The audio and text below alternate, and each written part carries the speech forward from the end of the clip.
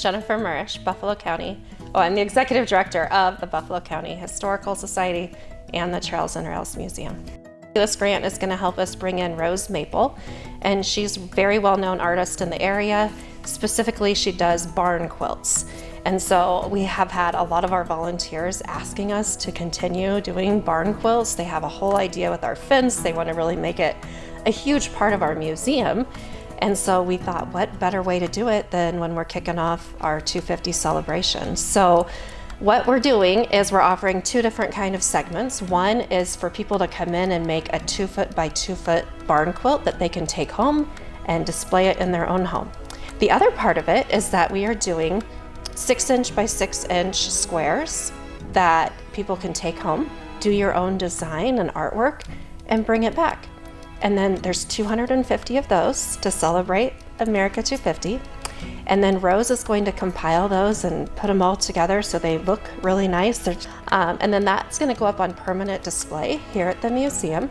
Right now we're thinking along our access road, so on the west side of the Family History Center so everybody can see it. And then there will be a smaller sign next to it, and the grant money is going to help us make all of this happen. But the smaller sign is going to have the same grid as the big layout, and we're going to have everybody's names that are participating. So you can come in and see your grandma's name or your child's name, and then 40, 50 years down the road, you can still come in and see, you know, all the people that used to be around here. So it's a way to preserve the history that we have now in a fun way, but also talk about barn quilts and their history. And we just think it's a wonderful way to bring the community together and the county together. So again, it's a county-wide project because that's what we're all about. So we also have a whole bunch of traveling exhibits already scheduled out, so they'll be coming and going. So you'll have to keep checking back with us. And every time we get a traveling exhibit that's from outside of our area, then we also have a complimentary Buffalo County tie to it.